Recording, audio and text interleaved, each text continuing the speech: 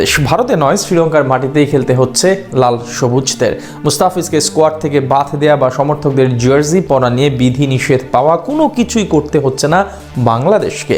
নিজেদের পূর্ণ শক্তি নিয়ে বিশ্বকাপ খেলতে শ্রীলঙ্কা যাওয়ার সবুজ সংকেত পেয়ে গেছে বিসিবি। বিসিসিআইয়ের বাড়াবাড়ি কিংবা আইসিসির স্বজনপ্রীতি সবকিছুকে টেক্কা দিয়ে জয় হয়েছে বুলবুল ফারুকের বিসিবির। বাংলাদেশের বিশ্বকাপ ভেন্যু পরিবর্তন নিয়ে বাকিটা শুনবো প্রতিবেদনে।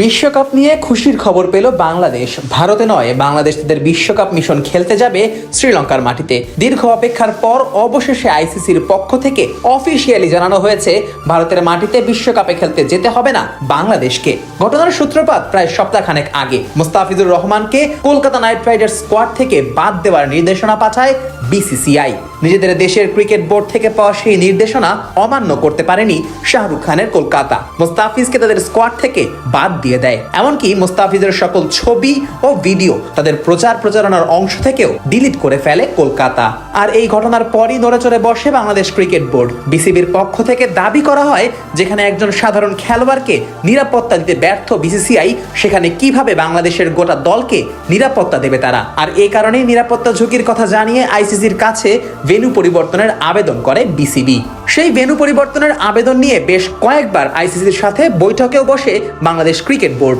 তবে কোনো কিছুরই যেন সুরাহা করতে পারছিল না আইসিসি। তার উপর আবার ঘনিয়ে আসছিল বিশ্বকাপের সময়। সব মিলিয়ে বাংলাদেশের টি-20 বিশ্বকাপ খেলা নিয়ে তৈরি হয়েছিল ব্যাপক অনিশ্চয়তা। তবে অবশেষে সব অনিশ্চয়তা দূর করে দিয়ে বাংলাদেশের বিশ্বকাপের ভেন্যু নির্বাচন করলো আইসিসি। জানালো ভারত নয়, শ্রীলঙ্কার মাটিতে নিজেদের গ্রুপ পর্বের ম্যাচগুলো খেলতে পারবে লাল সবুজেরা। আসন্ন টি-20 বিশ্বকাপের গ্রুপ সিতে রয়েছে বাংলাদেশ। গ্রুপে তাদের প্রতিপক্ষ হিসেবে রয়েছে সাবেক বিশ্ব চ্যাম্পিয়ন ইংল্যান্ড ও ওয়েস্ট ইন্ডিজ। এছাড়াও সহযোগী দেশ থেকে নেপাল ও ইতালি খেলবে বাংলাদেশের বিপক্ষে। পূর্বসূচি অনুযায়ী বাংলাদেশের ওয়েস্ট ইন্ডিজ, ইংল্যান্ড ও ইতালির বিপক্ষে ম্যাচ খেলার কথা ছিল কলকাতার ইডেন গার্ডেন্সে। আর নেপালের বিপক্ষে ম্যাচ খেলার কথা ছিল মুম্বাইয়ের ওয়াংখেড়ে স্টেডিয়ামে। তবে নিরাপত্তা ঝুঁকির কথা বলে ভারতের কোনো ভেন্যুতে ম্যাচ খেলতে অপারগতা প্রকাশ করে বাংলাদেশ। শেষ পর্যন্ত বিসিবির এই দাবি মানতে বাধ্য হয় আইসিসি। বিসিসিআইয়ের শত বাধা সত্ত্বেও বাংলাদেশকে আটকাতে পারেনি তারা।